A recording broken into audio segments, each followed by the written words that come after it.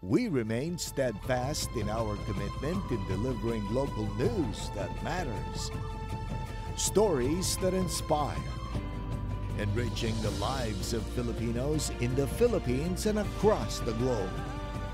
This is your GMA Regional TV. Buong puso para sa Pilipino. Ito ang inyong Regional TV News. Magandang araw, ito ang inyong Regional TV News. Hatid namin ang mga pinakamalaki at pinakahuling balita. Mula sa Luzon, ako po si Chris Zuniga. Mula rito sa Visayas, ako po si Cecil Kibod Castro. At mula naman dito sa Mindanao, ako po si Sara Hilomen Velasco. Isang kotse ang nasira nang mabagsakan ng natumbang puno sa Batangas City. Pagtumba ng puno sa pool sa CCTV. May detalye si Paul Hernandez ng GMA Regional TV, Balitang Southern Tagalog. Hindi naman umuulan at walang malakas na hangin nang biglang bumagsak ang malaking puno ng akasya at natabunan ng sanga at dahon ng kotseng yan sa parking area ng Minor Basilica and Parish of the Immaculate Conception and Archdiocesan Shrine of Santo Niño ng Batangan. Mag-aalauna ng madaling araw nitong linggo. Naka-duty noon si Marlon at nagulat na lang siya sa nangyari. Bila na lang dumagas at may lumagapak. Eh di syempre, inaanap ko po kung nasaan. Dahil sobrang lakas na yun, parang may pumutok din. Nawasak maging pader malapit sa kinatitirikan ng natumbang puno. Wala namang napaulat na nasaktan sa insidente.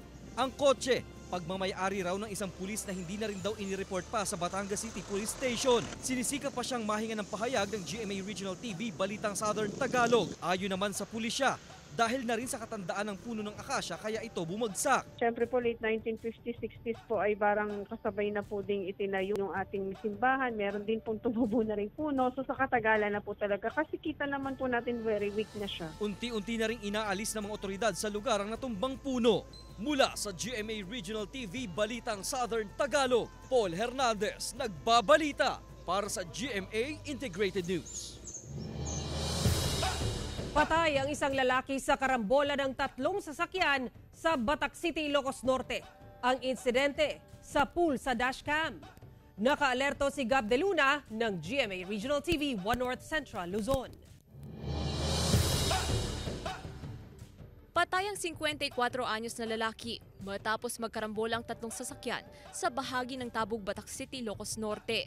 Unang sumalpok ang minamaneho niyang kotse sa kasalubong na SUV. Makikita sa dashcam footage na umagaw ng linya ang kotse. Kuha rin sa CCTV camera ang salpukan.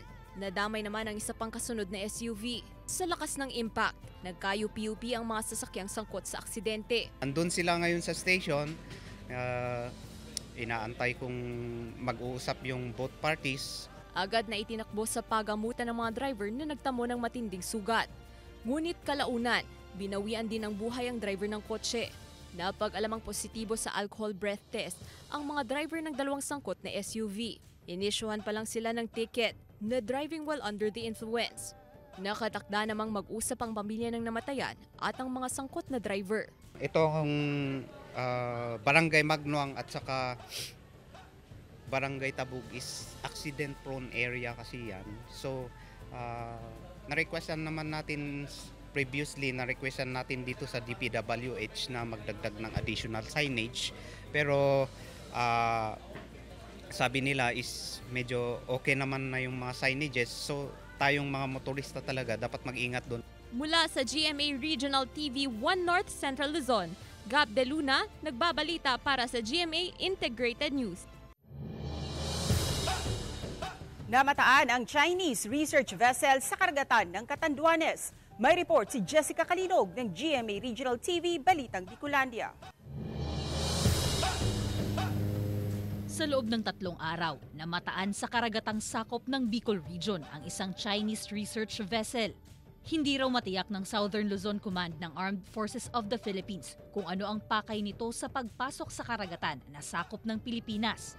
Pero tiniyak ng mga otoridad na hindi naman nakakaalarma ang nasabing insidente. Kaya lang yung behavior niya kasi is nakikita dahil alam niyo naman po yung tension natin sa WPS. We are taking special notice kapag Chinese. Yung po namang area natin na ito talagang daanan po ito ng mga international ships. Ipinaalam din daw ng AFP sa Chinese research vessel na minomonitor ng mga otoridad ang kanilang galaw. May warning at koordinasyon na rin sa Department of Foreign Affairs mula nang mamataan ang naturang barko. Nag-answer naman sila minsan sa call. Meron po tayong mga protocol ng identification, so na-identify po siya. Sa probinsya ng Catanduanes, kung saan namataan ang barko sa may bahagi ng mga bayan ng Baras at Viga, tiniyak naman ng mga otoridad ang seguridad ng publiko. Nananawagan naman ang Viga LGU sa mga residente, lalo na sa mga nasa coastal area, na agad na iparating sa kanilang kaalaman sakaling may mapansing kaduda-dudang sasakyang pandagat sa kanilang nasasakupang lugar. Kung sakali na may makita kayong vessel po na nakatambay po dyan sa ating area po dyan sa karagatan po ng Viga, ipaabot na lang po ninyo sa aming opisina para at least po makareport po tayo sa Coast Guard. Samantala, kahapon Abril 29 mula sa karagatan ng Catanduanes, huling namataan ang lokasyon ng naturang barko sa karagatang sakop ng Samar. Mula sa GMA Regional TV Balitang Bicolandia, Jessica Kalinog, nagbabalita para sa GMA Integrated News. Nasunog ang 4 na bahay sa Barangay Libho sa Batangas City. Nakaalerto si Paul Hernandez ng GMA Regional TV Balitang Southern Tagalog. Pila-pila ang mga truck ng bumbero ng respondihan ng sunog na sumiklab sa Barangay Sirang Lupa, Batangas City pasado alas 9 ng umaga kahapon. Walang patid ang pagbomba ng tubig sa umuusok pang mga gamit na natusta dahil sa sunog.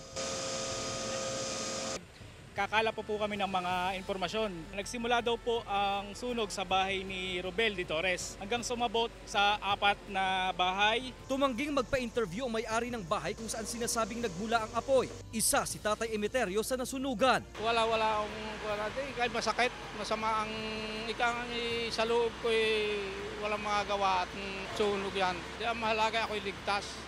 2 bahay ang partially damaged at 2 ang totally damaged. Iniimbestigahan pa ang sanhi at pinagmulan ng sunog na umabot sa first alarm. Walang nasaktan sa insidente. Lalo na sa ating mga bahay, dapat po ay hindi natin iniiwanan na yung ating mga niluluto, especially na lagi natin isasarado yung mga LPG tanks. And then secondly is yung ating pong mga electrical wirings. So huwag din po nating iiwanan itong nakasaksak dahil po may tendency na sa init po ng panahon, pwede rin po na uminit din po yung mga extension cords. 180,000 pesos ang estimated damage sa sunog. Bumagsak naman ang bubong ng musoleyong ito sa Batangas City Catholic Cemetery dahil sa sunog. 2 katabi pa nitong musoleyo ang nadamay. 7 nicho ang apektado sa sunog. Mabilis daw na agapan ng sunog at hindi na lumaki pa. Dili ka ng andila yan eh. Hindi naman laging nakabukas naman yun, hindi naman na pinapadak yung mga, ano lang ito na yung mga kisame, patong-patong pa yung mga.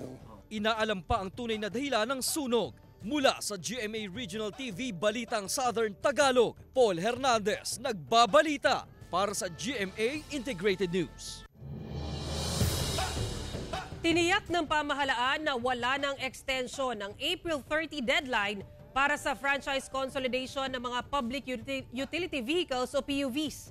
Ire-revoke ang prangkisa ng mga operator na bigong makapag-consolidate at pagbabawalan na ang mga itong bumiyahe.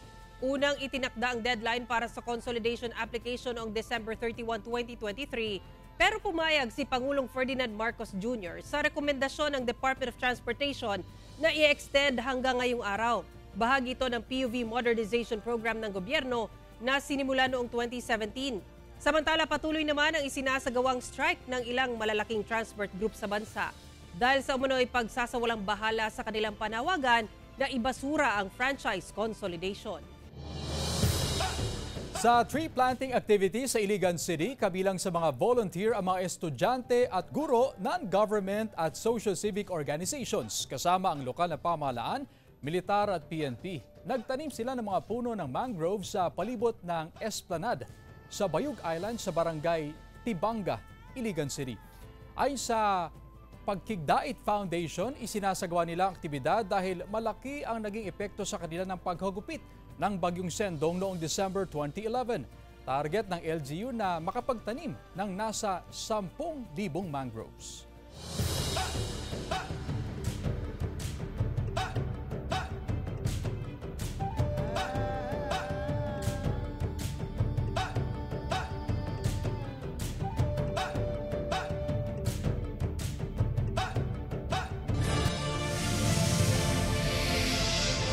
Ito ang inyong Regional TV News.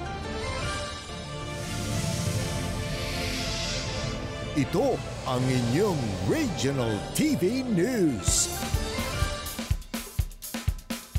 Puspusa na ang isinasagawang paghahanda para sa Kalutan Uddalan na bahagi ng Bangus Festival sa Dagupan City ngayong araw. Nakatutok doon live si Russell Simorio ng GMA Regional TV 1 North Central Luzon. Russell? Chris, mamaya na yung inaabangang Bangusan Street Party na pinaka-highlight ng pagdiriwang ng Bangus Festival 2024. Dito yan sa may Dagupan City at sa mga oras na ito, ipakita ko lang sa inyo yung sitwasyon dito sa may Divinencia Highway. Makikita natin, nakahilera na dito yung mga grills na gagamitin para nga sa Kalutan Uddalan mamaya. Aabot nga sa 5,000 kilos ng bangus yung at iba pa yung mga seafoods na iihawin mamaya dito nga sa pagdiriwang. Hating gabi kanina nang isara sa mga motorista ito nga Divinencia Highway para bigyang daan ito nga pagdiriwang ng Kalutan Uddalan ng Bangusan Street Party. Pero binibigyan naman po ng pagkakataon yung mga makikisaya dito sa festival. Hanggang alas 3 maaari po silang pumasok dito sa may Divinencia Highway para magbaba ng kani-kanilang mga gamit. Alam mo Chris, biro nga ng mga Dagupenyo na naririto na ngayong sa mga oras na ito dito nga sa event dahil nga sa napakainit na panahon baka magsimula na ring magliyab itong mga grills dito. Pero yan po ay biro lang po nila. Bukod sa mga sikat na banda na tutugtog mamaya makakasaya rin yung ating mga Kapuso stars tulad ni na Derek Monasterio at Ellie Villanueva at makikisaya rin yung mga cast ng The Running Man Philippines kasama sina Glyza De Castro, Lexi Gonzalez, Angel Garjan at Buboy Villar. Magpapatawa at maghahatid rin ng saya ang The Bubay and Tekla Show kasama si Bubay syempre at si Pipita Cortez. Alam mo Chris, nagpatupad po ng traffic rerouting scheme ang Public Order and Safety Office. Pinapadaan muna nila doon sa may Arellano Street yung mga motorista na nanggagaling doon sa may Bunuan area habang dadaan naman sa Lucaw papunta ng A.B. Fernandez Avenue, yung mga motorista naman na galing sa Weste. Paalala naman ng ating otoridad dahil kahapon naitala yung 51 degrees Celsius na heat index dito sa Dagupan City. Ito yung pinakamataas na heat index na naitala sa buong bansa sa araw na yan. Ang forecast naman ng Pag-asa ngayon, aabot sa 49 degrees Celsius ang heat index. Kaya paalala po nila sa mga makikisaya dito sa Bangusan Street Party, hanggat maaari, magbaon po ng maraming tubig, magbaon ng panangga sa init tulad ng payong at syempre importante magbaon ng pamaypay. At yan muna ang latest mula rito sa Dagupan City. Happy Bangus Festival! Balik sa'yo, Chris. Happy Fiesta! Maraming salamat Russell Simorio ng GMA Regional TV 1 North Central Luzon. Sa ibang balita, sa pool sa CCTV ang pagnanakaw sa loob ng isang milk tea shop sa bayan ng Nabuah, Camarines Sur, madaling araw noong Sabado. Sa CCTV, makikita ang pagpasok ng isang lalaki sa establishmento habang may takip ang kanyang muka. Sinubukan pa raw nitong ibahin ang anggulo ng CCTV camera. Matapos mabuksan ang lagayan ng pera ng establishmento, kinuha nito ang nasa 20,000 pesos na cash sakay tutubakas. Naniniwala ang otoridad na may mga kasamahan pa ang lalaking nakita sa CCTV. Dahil may nahagip ang CCTV na private tricycle na pumarada sa harap ng milk tea shop kung saan bumaba ang naturang sospek. Nagpapatuloy pa ang investigasyon ng mga otoridad sa pagtukoy sa mga sospek. Arestado ang tatloy umano'y supplier ng shabu sa magkahiwalay na operasyon ng mga otoridad sa Baguio City. Unang isinagawa ang operasyon sa isang hotel sa Legarda Road kung saan nakuha ang mahigit sa 60 gramo ng hinihinalang shabu. Nakuhanan pa ng kalibre 22 na baril ang sospek. Samantala arestado rin sa isa pang operasyon ang dalawang katao sa Barangay Irisan. Nasa 50 gramo naman ng hinihinalang shabu ang nakuha sa mga sospek na Tubong, Maynila. Sa kabuuan tinatayang nasa 900,000 pisong halaga ng ang mga nakumpiskang iligal na droga. Itinanggi naman ng mga sospek ang paratang pero inihanda na ang kasong kakaharapin nila. Binigyang diin ng Department of Education Region 6 ang zero tolerance policy ng kagawaran kasunod ng insidente ng pilit na pagpapasubo ng chewing gum na isang guro sa kanyang grade 7 student na si alias Toto sa Santa Barbara National Comprehensive High School sa Iloilo. Nagtamo ng sugat sa bibig ang nasabing estudyante. Ayon sa ahensya, hindi nito kinukonsinte ang mga kahalintulad na insidente ng paglabag sa Children Protection Policy ng DepEd.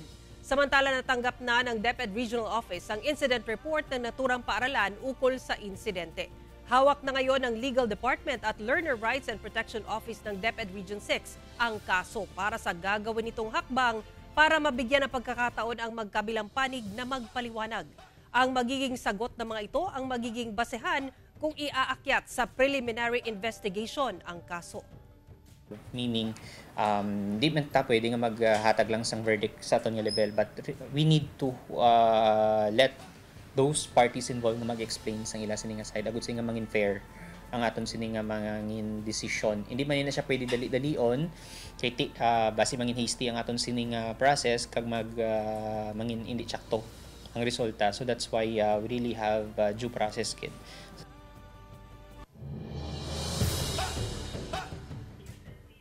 Katorse anyos na dalagita sa Talisay City, Cebu, patay matapos aksidenteng mabaril ng nakatatandang kapatid. Nakaalerto si Femery Dumabok ng GMA Regional TV, Balitang Bisda.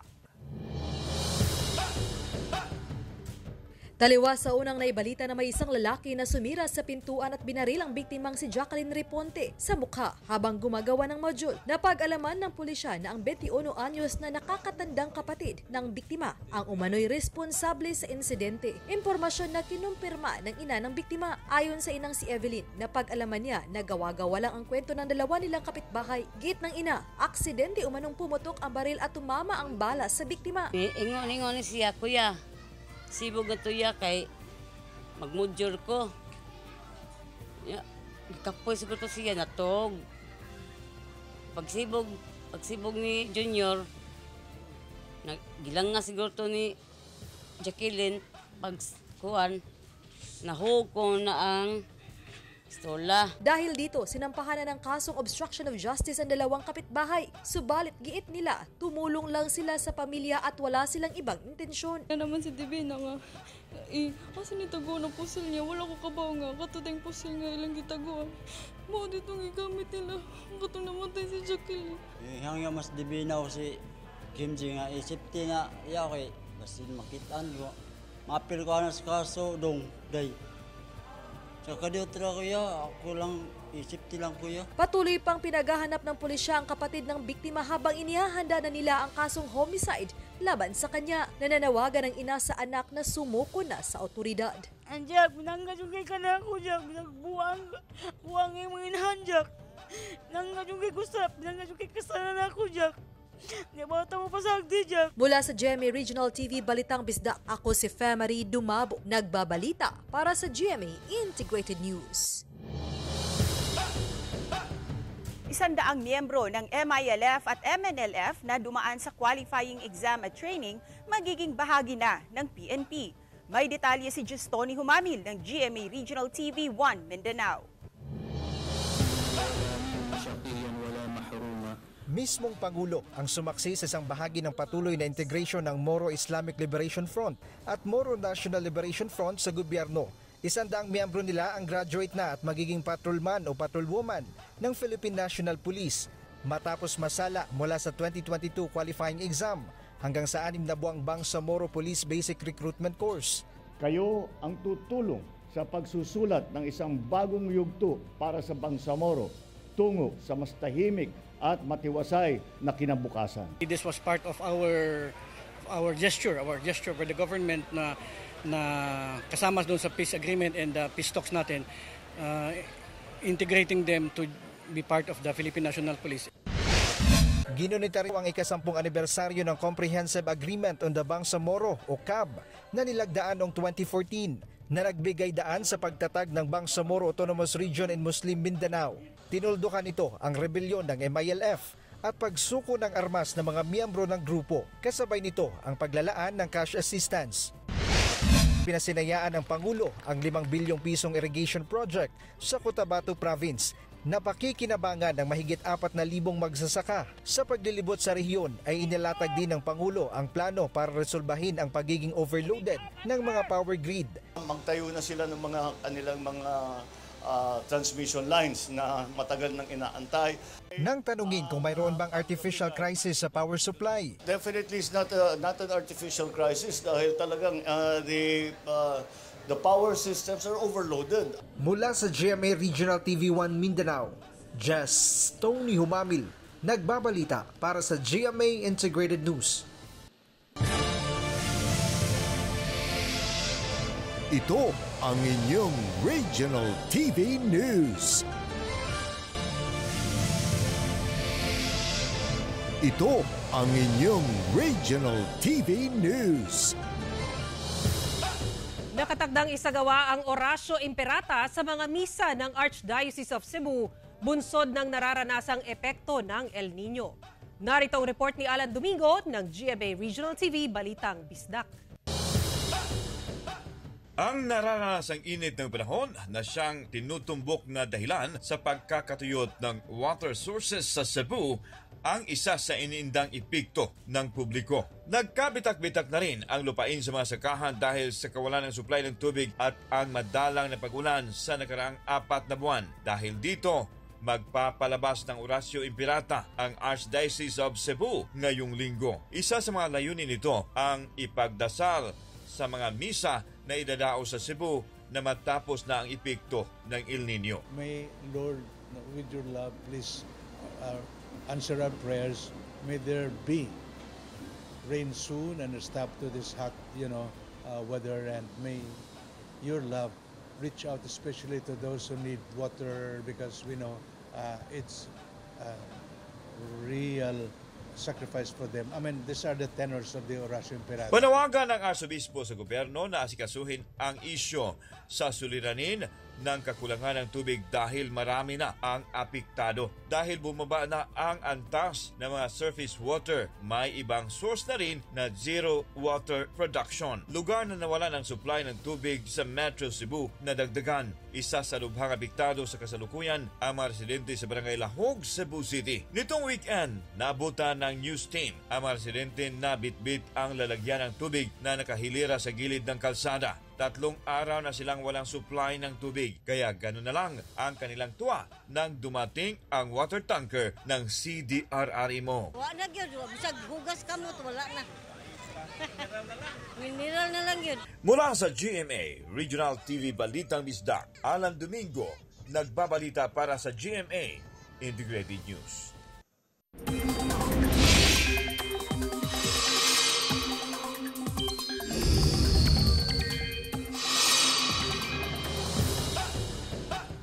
Mga kapuso, magbaon kayo ng payong bilang panangga sa init at ulan ngayong araw.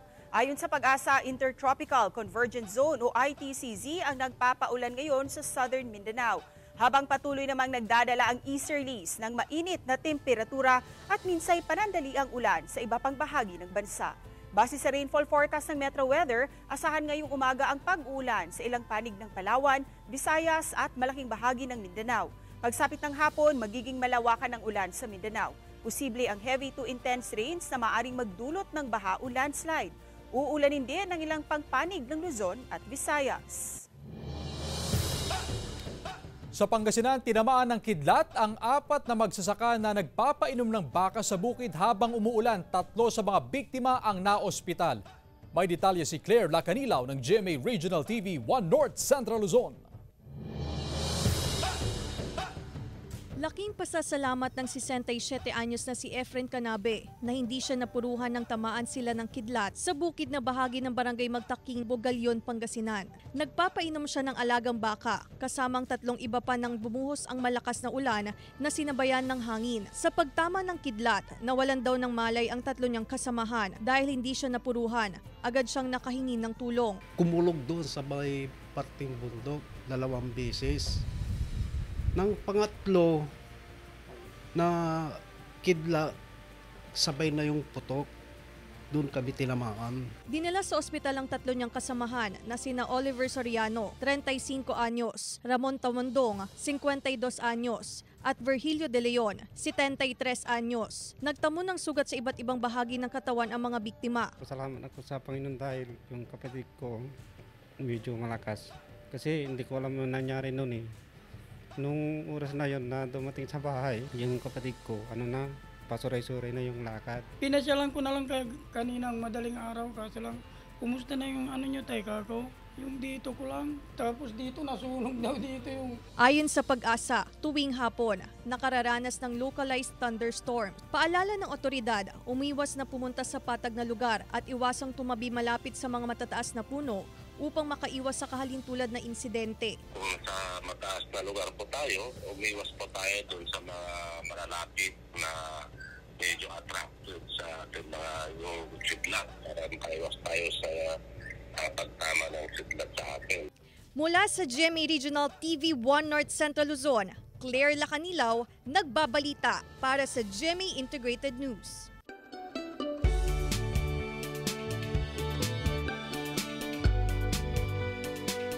Mga kapuso, 3 waterfalls sa Virac, Catanduanes ang sinusulong na maging bagong tourist destination sa probinsya dahil sa pagiging liblib na lugar ng barangay Dugituu sa bayan ng Virac, Catanduanes. Sariwa ang hangin dito, malinis ang tubig sa mga ilog at maraming kabundukan kaya't kahit malayo ang lugar, dinarayo ito ng mga nature lover lalo na ngayong mainit ang panahon. Makikita rin sa lugar ang iba't ibang nagagandahang waterfalls. Kailangan lamang maglakad ng ilang minuto. Una, ang primerong Lampaw Waterfalls na pinakamataas na talon sa lugar na may mahigit 20 metro ang taas. Sunod naman ang Sinagulong Falls na nasa 15 meters ang taas. At pangatlo ang Bangko Falls o ang pinakamababang waterfalls na nasa 10 metro ang taas. Plano naman ng Virac LGU na isama sa Annual Investment Plan ang pagsasaayos ng kalsada sa lugar para mas mapasigla pa ang turismo sa bayan. Samantala, mapapanood niyo pong episode na ito sa official website ng GMA Regional TV, www.gmaregionaltv.com. Pwede rin kayong bumisita sa aming official YouTube channel, GMA Regional TV, at i-click ang subscribe button para sa pinakaminit na balita mula sa mga rehiyon. Nais naming pasalamatan ang mga kapuso sa iba't ibang panig ng Pilipinas, maging ang mga kapuso natin abroad. Dahil si GMA Regional TV, Local News Matters. Kami ang Regional TV News, buong puwersa para sa mas malaking misyon at mas malawak na paglilingkod sa bayan.